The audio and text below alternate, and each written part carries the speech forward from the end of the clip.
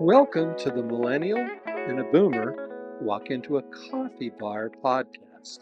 The very best podcast to get your life advice in the form of a grande caramel macchiato in a venti cup, 1/3 whole milk, 1/3 almond milk, 1/3 soy milk, double the amount of vanilla syrup, caramel wall in the cup, no caramel drizzle on top, upside down, of course, tall ice cup, whipped cream, rounded lid, one shot extra espresso, decaf, cinnamon sprinkled on the top, and for the name, that's David, spelled Dafydd, please. Or to get your business, finance, and life support black coffee advice, I'm Dan, I'm a Boomer. And I'm Chase, the Millennial. Thanks for joining us today.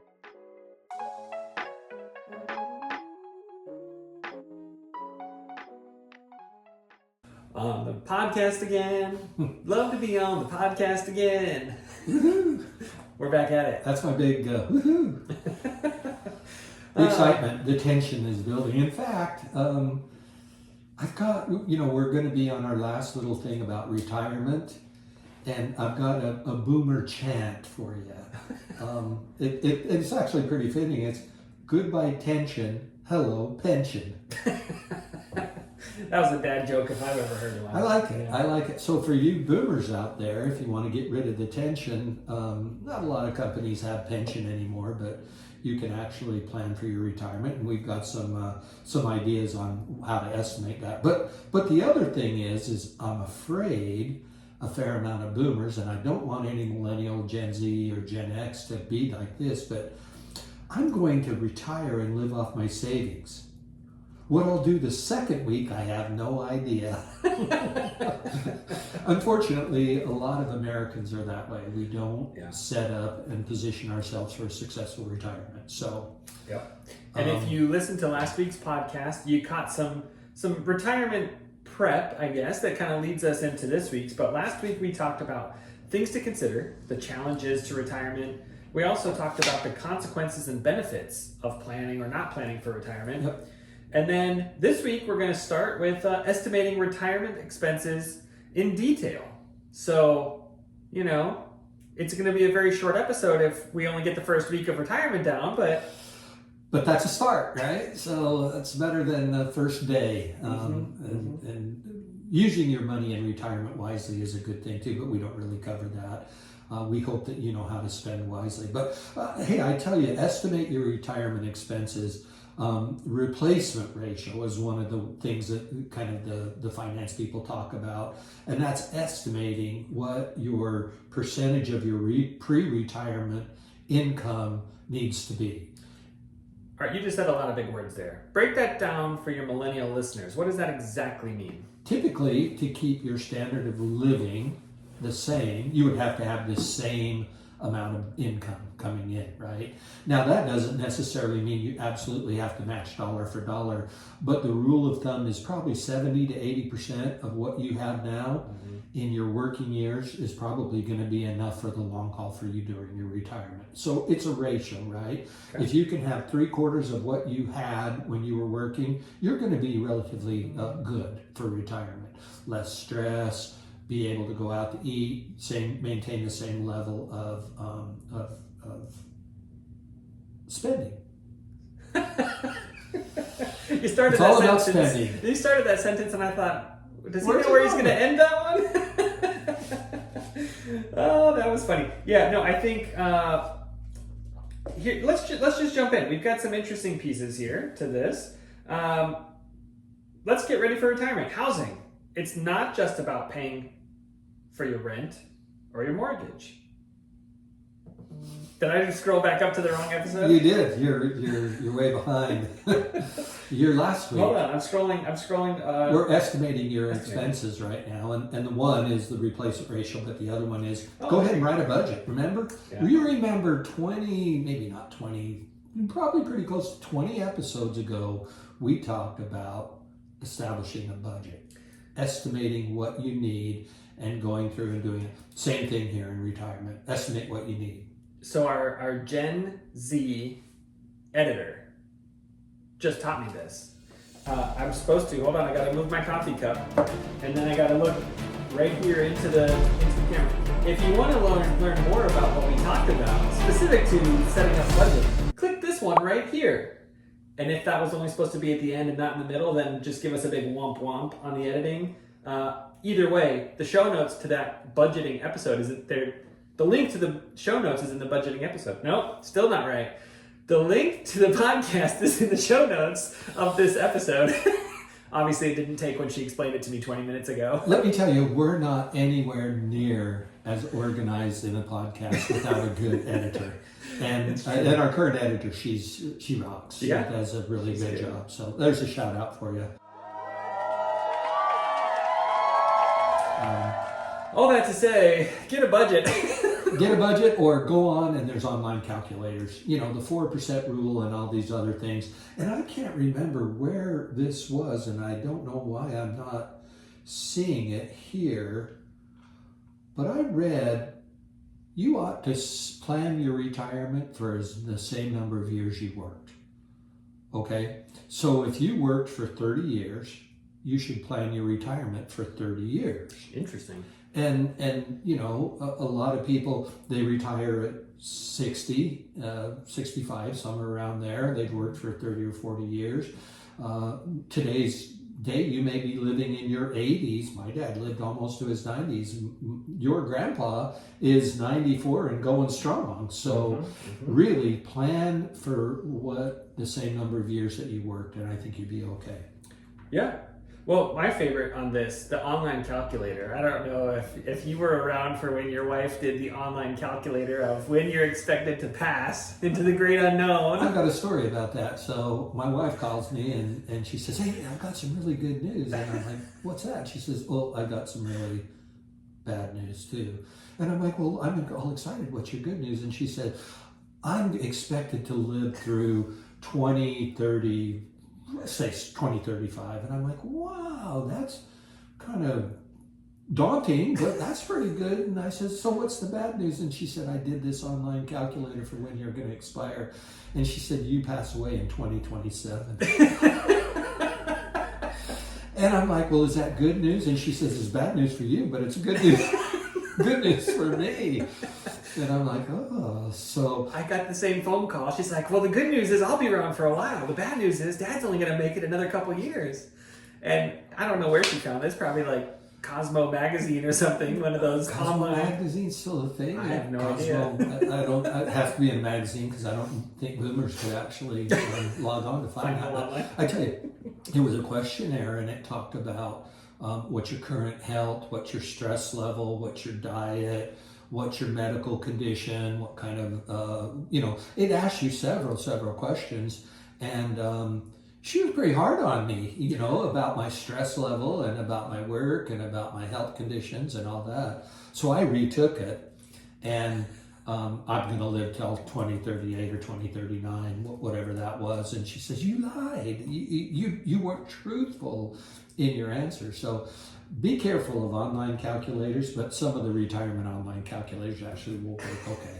The retirement ones are probably calibrated a little better than the life expectancy ones, but what do I know? So we've got a couple of different tips now for reducing your retirement expenses and increasing your income. There's two different facets to this for people to think about. So how do we reduce your retirement expenses and increase your retirement income? Number one, downsize. Yeah. You don't need a 5,000 square foot house when it's just the two of you and you're actually, kind of in your sunsetting years. Downsize in your house, downsize in your cars, downsize in your wardrobe. There's a lot of things that you can actually get rid of and downsize in, and it will certainly help you with your, expenses lasting a lot longer than what you would normally think. Mm-hmm. Yep. So downsize. The other part of that is relocate. What do they say? Location, location, location. If you're trying to reduce your costs, find a different location. Yeah, and I would say it this way: relocation, relocation, relocation, right? So that you can actually move to a less expensive area, one that has lower taxes, one that has less living expenses, one that has, less expenses in your going out for dinner and things like that. You can save money on that. So relocate, do that. Maybe even locate closer to family or friends that you would travel to go see quite a bit. Excuse me, that would be an expense that you would normally have to pay. Hey, relocate, consider that. Well, if you're already going to relocate, it makes sense to also downsize at the same time. So it's kind of the 1-2 punch, right? A little left, right. There you go. That's millennial thinking, because boomers would say, well, I'll go relocate to a bigger house, but it's not what we need to do. I like that. It is a double dip on that particular. That's a good idea. All right, so then what's the next one then? Hey, a way, if you can't reduce your spending, increase your income by working part-time. If you're willing and able, you don't need to go get, a high-paying, high-stress job, but you can help. I mentioned this last episode. I struggled quite a bit in just sitting around doing less, so I've got a part-time job, and it's actually working out pretty well for me. It helps with the expenses, but it also helps me spend some time in staying busy. And then lastly here, delay retirement. If you're going to go get a job, you might as well stick with the job that you got. If your spending power or your savings power and your earned income is high. And I'm not saying that if it's a stressful, oh my goodness, job that's eroding your life and everything else. But consider delaying your retirement, sticking where you're at, wait a few more years, add more money to your retirement, and that actually, so the two ways that you could do it is to spend less and save more, right? And that one of delaying your retirement actually causes you to save more. So this isn't in the notes, but I think this is an applicable part here. Delaying your retirement could also mean delaying when you take Social Security. This is an interesting conversation. We don't have to go into it deep, but can you give us like the 60-second, like what does that mean to delay that? Yeah, if you actually take your Social Security and go back to work, you can only earn so much money before you're penalized. And so if you delay your retirement, you ought to have the opportunity to delay your Social Security as well. And now there's a lot of people that say, hey, I'm going to retire, I'm going to take my Social Security, and then they go back to job and back into the workforce, and they get a big wake-up call because they make more than what the allocated amount is to be able to have low taxes on your Social Security. So yeah, spend time in considering when you want to retire and when you want to take your Social Security, because if you continue working, you won't need to take your Social Security. And also, when are you eligible to take it at? 65? 62 and a half? 62. 62. But if you wait until 65 or you wait until 67, the amount you get increases. So there's a lot of different things to think through before you just say, oh, I'm old enough, now I can take it, right? That might not be the best option for where you are. And make sure you take the online calculator that tells you when you're going to die, and believe it. I mean, go ahead and sign up for... It was on the internet. Of course it's true. I saw it right there in black and white, or in electronics and white electronics. So, but anyway, no, be mindful when you start to consider some of that stuff. And there's a tax Social Security person that can help. There's plenty of them. So, all right. So what we just talked about was really for the boomers. Lay on us some of that boomer wisdom for the millennials.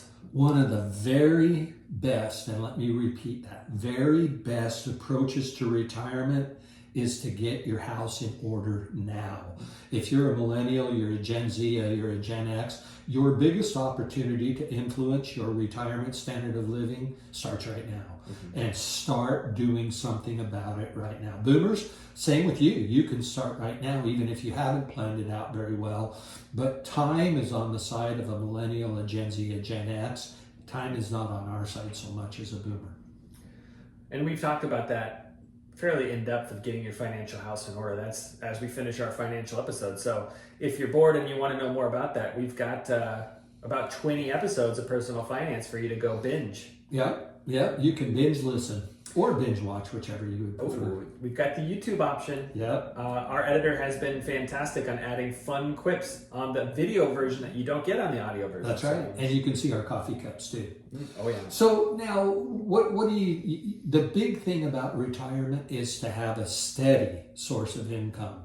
Preferably, everybody says, "Oh, I'm on a fixed income." Well, a fixed income of $400,000 a year. That's a pretty good fixed income, right? Yeah. But a fixed income of $25,000 a year is one, it's a fixed income, but it's actually pretty low. So influence that to be a steady source of income and maximize it as best you can. So there's different ways that you can do that, and one of them is, and I'm going to give you your opportunity, if we could put diatribe on the screen for Chase to go off on, Social Security, right? The government program that provides a monthly payment to retirees. Well, in the words of the Gipper, I'm from the government. I'm here to help.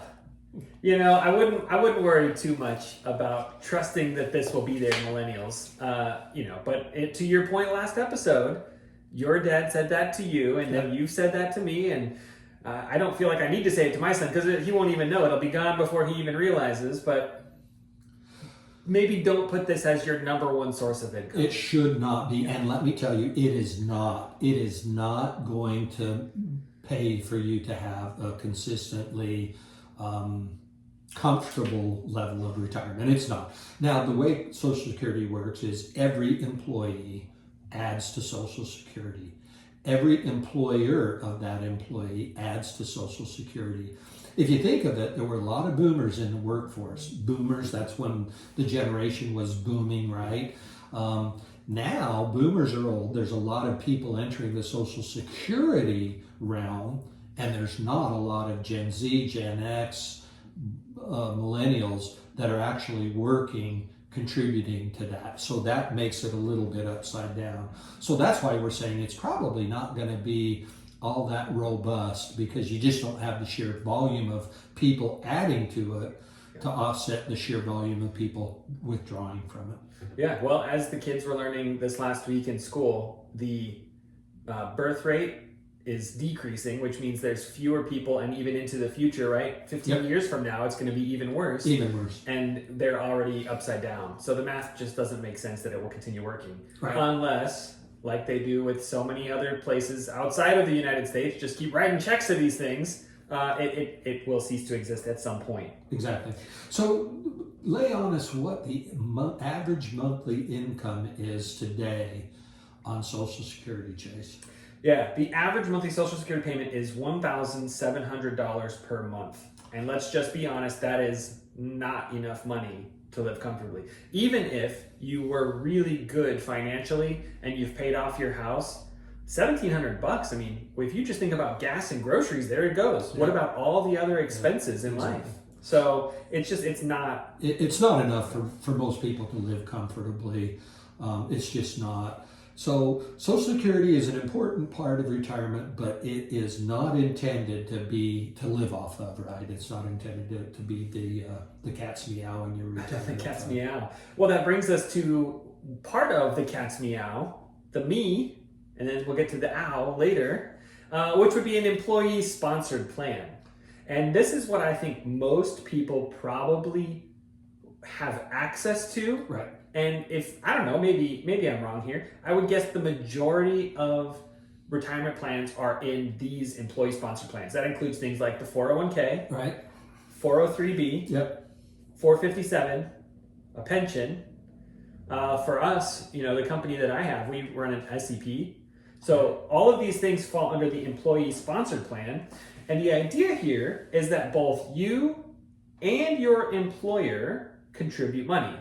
And a lot of times the employer will match a portion of the money that the employee puts into it. Right. So if I, as an employee, say, okay, I want to put 1% of money from my account into this employment thing, then they'll match it for maybe it's 2% up to 6% of income or whatever the numbers might be, right? It's different company by company and however the plans are set up. But if you don't put money towards it, the company doesn't put money towards it. So let me make this point and make this very strong.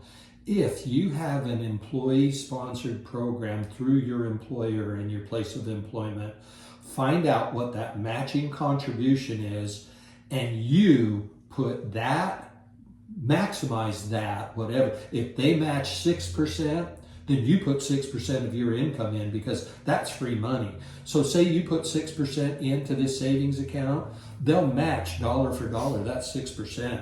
Absolutely do that. You're leaving money on the table if you're not doing it. You don't need to do more. I would recommend you do more, but at the very minimum, take everything. That's just like a salary.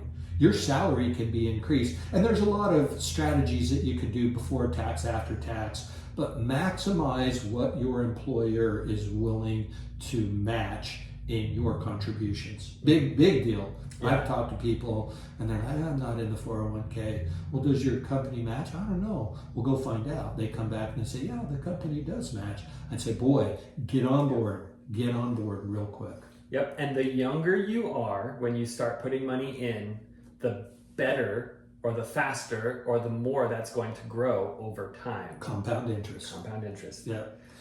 So definitely don't do anything less than what your company will match. If you want to look at some of the other things we've talked about Dave Ramsey. He thinks 15% of your total income should go towards investment. Part of that goes towards your employee sponsored plan. Part of that would go to your individual savings. And that's the ow of the meow, is the individual savings.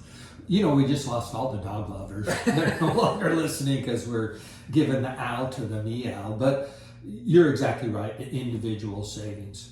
Yeah, individual savings. And this is where you control it 100%. So whereas the 401k, 403b, all these other things, the company will set up for you, this one, you actually have to go to some type of broker.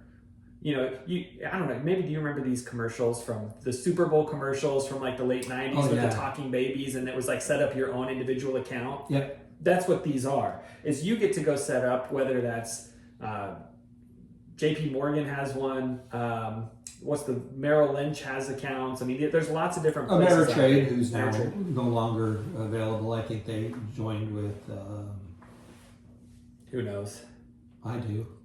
Obviously not. I can't think of it because one of my accounts was merged. No, control your own destiny. Do an IRA. Do a Roth IRA, especially a Roth IRA is anything, it's post-taxed money, and everything you earn in that is not taxable. And so there's some strategies. Be disciplined and own your own savings, retirement monies. A simple thing, and like you said, don't drink a cup of coffee a day. I mean, do drink a cup of coffee a day. I mean, that's the whole gist of life is coffee. But make it instead of buying it, and take that $1.80 or $4.90 or $10. You haven't been to a coffee shop lately. And put it in some kind of an account to where you control it. Now that doesn't take into account, see how I did that, your emergency fund. That's a separate thing. You got to maintain your emergency fund, but start to put something in for a retirement fund and search out what those opportunities are. So an IRA or individual retirement account or a Roth IRA, but I think those are both if you're wanting to invest those dollars back into the stock market, which in theory could be risky, right? It is more risky than other methods. And while your emergency fund might be in some kind of long-term high-yield savings account, right? I think that there are other ways to put like CDs we've talked about before. But if you want to not maybe get as great of a rate, but you want it to be more secure, put a portion, not the whole thing, but you could put a portion of your retirement savings into a CD, especially as you start to get older, right? You want to look at things like bonds or CDs or long-term, low-risk things the closer you get to retirement. Right. But as you're young, you millennials, you Generation Z, Generation X, go big or go home. You have money now that you could set aside. There's certain investments, there's risk in any investment, but there's some that typically yield pretty good returns on that money. Balance that to what your expectations are, but manage your own retirement. So I guess, Chase, as we kind of sign off with this episode, is just make sure that you understand retirement will be here before you know. And so control your destiny and do what you can to satisfy your own savings and the ability to maintain a healthy lifestyle when you're older, aged. And when you're aged and retired and you still want to go out and play pickleball, you're going to wish you had the $22.50 for the pickle, and what's the pickleball court thing? Chicken and pickle? Chicken and pickles. You're going to want some money for chicken and pickle. Pickles, that's right. So Anyway, well, hey, next time you're going to want to come back because we've got scams and fraud. And it ends here because you're not going to get scammed. You're going to save. You're going to have a budget. And all of our financial podcasts will be over. We'll look towards generational funniness next time. But scams and frauds. But remember, just because things are different, It doesn't mean they're wrong. See you next time.